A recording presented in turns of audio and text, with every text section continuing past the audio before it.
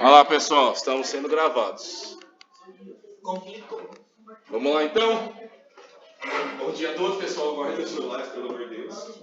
São alguns exemplares agora. Então, ó, pessoal, esse aqui é um dos tópicos que cai na prova Paraná. Guarde o celular, por favor. Guarde o celular, Valentina, por favor. E é o seguinte, ó. Esse tópico aqui é um tópico que ele é relativamente fácil e é um tópico que dá pra gente debater bastante, porque não necessariamente ele se aplica do jeito que o conceito foi criado anteriormente, ó. Então a gente vai estudar hoje um desdobramento de um conteúdo que a gente viu lá no primeiro trimestre, que é o Marx. Lembra quando a gente estudou o Karl Marx, a gente estudou um pouco do Manifesto Comunista, a luta de classes, a ideia de que o capital começa a tomar conta de várias esferas da nossa vida. De repente a gente está tão dentro da lógica do capital que a gente não consegue mais sair. Essa teoria que a gente vai estudar agora, chamada de Escola de Frankfurt, é uma dessas ideias de que o capital, essa ideia de que as nossas atividades têm que ter por base alguma coisa que dá rentabilidade, lucro, né, que torna a gente rico, se apropriou daquilo que a gente chama de cultura. Então vamos lá para tentar deixar claro o que a gente está falando aqui. O que é esse negócio de indústria cultural? O que é a Escola de Frankfurt? A Escola de Frankfurt foi uma escola de pensamento criada em Frankfurt, na Alemanha, antes do nazismo, composta pela sua grande maioria de judeus. Então, quando o nazismo, por exemplo, apareceu, essa galera teve que fugir. Um dos caras que a gente vai estudar hoje se matou por conta do nazismo, porque ele era judeu e em 40 e alguma coisa, eu não lembro exatamente a data, mas eles começam a serem perseguidos e um dos caras que a gente vai estudar foge. Quando ele está na fronteira da Alemanha com a França, ele é capturado por pessoas do nazismo. Aí ele toma cicuta e se mata. Igual o Sócrates fez lá 2.500 anos atrás. Então, por exemplo, a gente estuda isso aqui, mas a gente não pega direito o contexto, né? Eram, na sua grande parte, judeus marxistas. Ou seja, era tudo que o Hitler mais odiava. No livro dele chamado Mein Kampf, que eu acredito que vocês já ouviram falar, que é o Minha Luta, lá ele fala que a pior raça possível é um judeu que é marxista. Né? É as duas piores coisas que alguém poderia ser na época. Então esse pessoal aqui foi amplamente perseguido, tá? E inclusive o cara se matou. Tá, qual que é a ideia básica da indústria cultural? Presta atenção no nome, ó, indústria. Ou seja, algo padronizado que tem por objetivo produzir coisas em massa. Não tem uma indústria de carro que produz carros em larga escala, em massa? Motos, computadores, não é tudo feito em grandes indústrias? Então esse pensamento aqui é a tentativa de entender como a cultura, na visão dele, tinha se tornado uma coisa criada para tentar agradar a maior parte das pessoas. Você ainda está aqui. Oh, sim, cara.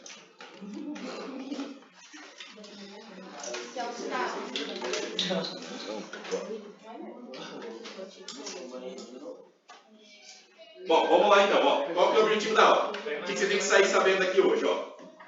Compreender o conceito de indústria cultural segundo os autores da Escola de Frankfurt, Adorno, Horkheimer e Walter Benjamin.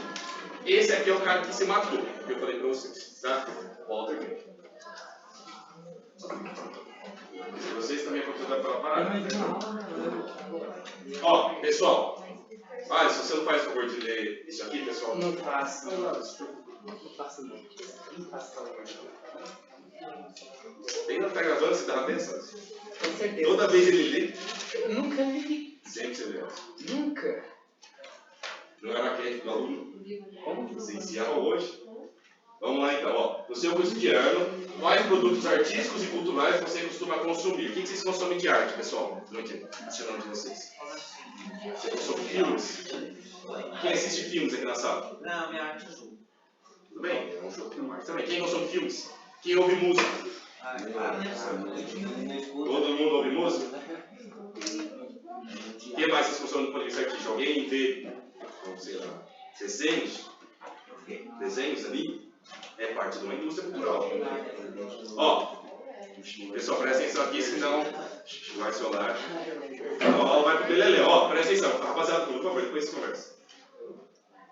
Tudo aquilo que a gente consome do ponto de vista artístico, seja música, filmes, no mais, é parte de um contexto onde as pessoas produzem aquilo tendo por objetivo o lucro. O filme não tem a bilheteria? Tudo bem, ele tem como proposta entreter a gente, mas o principal do cara que fez o filme, você acha que ele quer entreter a gente, ou ele quer entreter a gente tendo muito lucro? Então esses caras aqui na década de 30 tinham uma visão de que isso não poderia acontecer, de que a arte não poderia estar subordinada ao capital. E eles estavam vendo isso acontecer. Porque eles tinham uma ideia de que a arte era a expressão da pessoa. Você tem que fazer sucesso porque aquilo é ótimo, aquilo é excelente, aquilo é muito bom. E aí eles tinham a ideia de que a indústria cultural não tinha mais essa visão de que os produtos bons é que tem que ser vinculados. Não, elas vão vincular produtos que dão dinheiro. E aquilo pode ser, do ponto de vista deles, ruim. Artisticamente ruim. Não importa se é bom ou se é ruim, importa se dá dinheiro. Então é a lógica do capital implementada na cultura. E eles estão tentando ter uma abordagem crítica disso. De que a cultura não pode estar subordinada à lógica do capital. Ela tem que estar subordinada à expressão do artista. Não sei se faz algum sentido o que estou falando para vocês. Faz? É um debate da década de 10, 20, 30 do século passado. Eles tinham essa ideia de novo, de que a cultura e a arte são a expressão do artista. Então, sei lá, por exemplo, você pega um Beethoven da vida. Ele não compôs aquilo para ser famoso e nem para vender. Mas ele acabou sendo famoso e vendendo muito porque era muito bom. Era um gênio. Entende a diferença? A expressão artística do cara era tão sensacional que ele se tornou um ícone da música mesmo 300 anos depois de ele ter composto as sinfonias que ele compôs. Hoje em dia, as coisas não são feitas mais para durarem, porque a indústria da música precisa se reciclar o tempo todo e lançar uma nova música do momento, mês em mês. As músicas hoje em dia, elas duram vários anos? Ou elas somem rapidamente? Somem rapidamente para que uma nova música surja, não é? Não é uma produção em massa de bens culturais? Toda hora sai filme novo. Aí existem, sei lá, plataformas como Netflix, HBO, toda hora sai um filme novo, né? Por quê? Porque existe uma ideia de que a gente tem que produzir bens culturais dentro de uma escala industrial, tem que produzir rápido. Para o Lucas assistir e logo em seguida ele já consumir outro, ele já consumir outro, ele já consumir outro. Porque o objetivo daí não é formar uma visão crítica, não é fazer nada do tipo, é fazer com que a gente fique ali paralisado assistindo alguma coisa. E, consequentemente, ceder lucro para o cara que fez por lá. De novo, vocês podem não concordar, mas a ideia deles era de que os bens culturais têm que ter uma expressão do artista e eles têm que ter uma visão crítica sobre o mundo. E aí eles vão dizer que, por exemplo, os filmes de Hollywood, vocês assistiram um filme de Hollywood e no meio do filme vocês já sabiam onde ele ia acabar? Eu acho que é no começo. Você vê ali e você fala, pô, isso aqui vai terminar assim.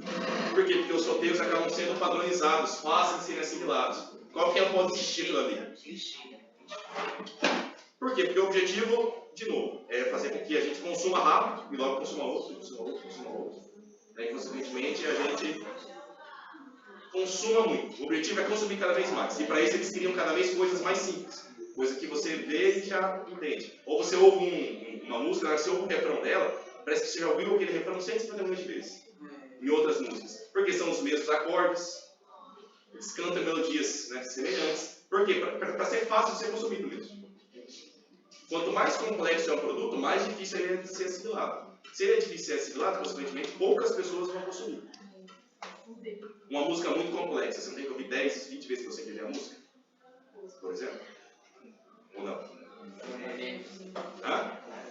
Porque você ouviria músicas mais complexas, né? Tá, enfim.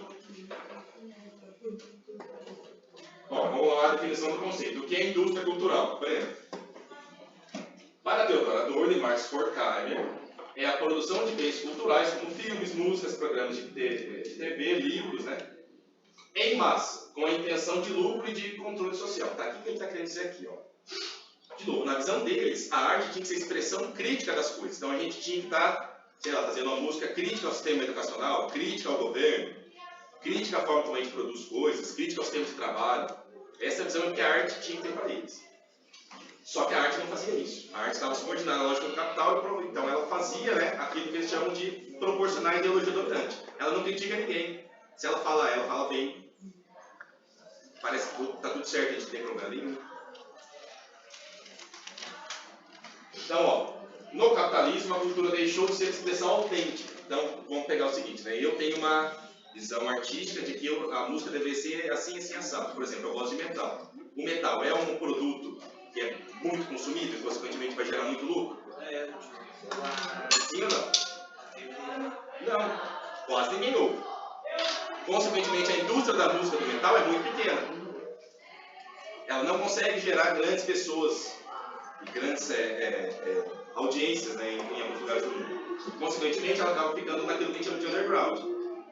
Pouquíssimas bandas de metal fazem parte daquilo que a gente chama de indústria cultural, que são as grandes bandas. Então, sei lá, uma grande banda de metal que faz parte da indústria cultural, que é a Slipknot, por exemplo. Então, eles têm todo um visual que é todo montado para vender, as máscaras, aquele visual aparentemente agressivo, né? É montado para parecer agressivo e vender. Os caras lançam álbum de 2 em 2 anos. Eles fazem festivais no mundo inteiro que lucram milhões, né? Se você fizer as contas, dá tipo 70 milhões cada festival.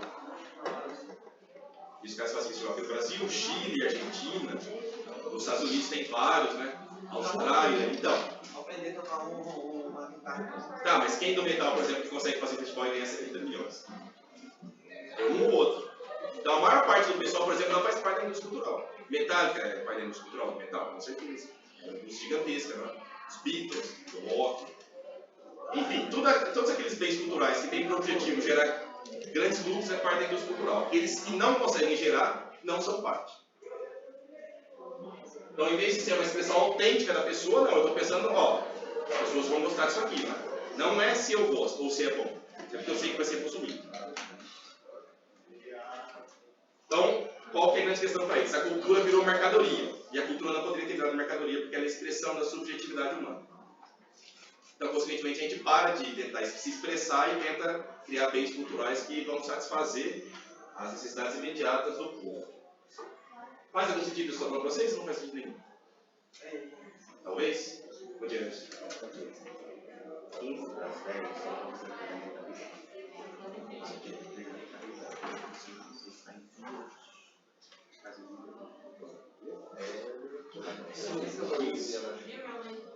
Daqui 5 minutos, então. Vai fazer treinamento da brincada. Deixa eu ver quantos minutos de novo.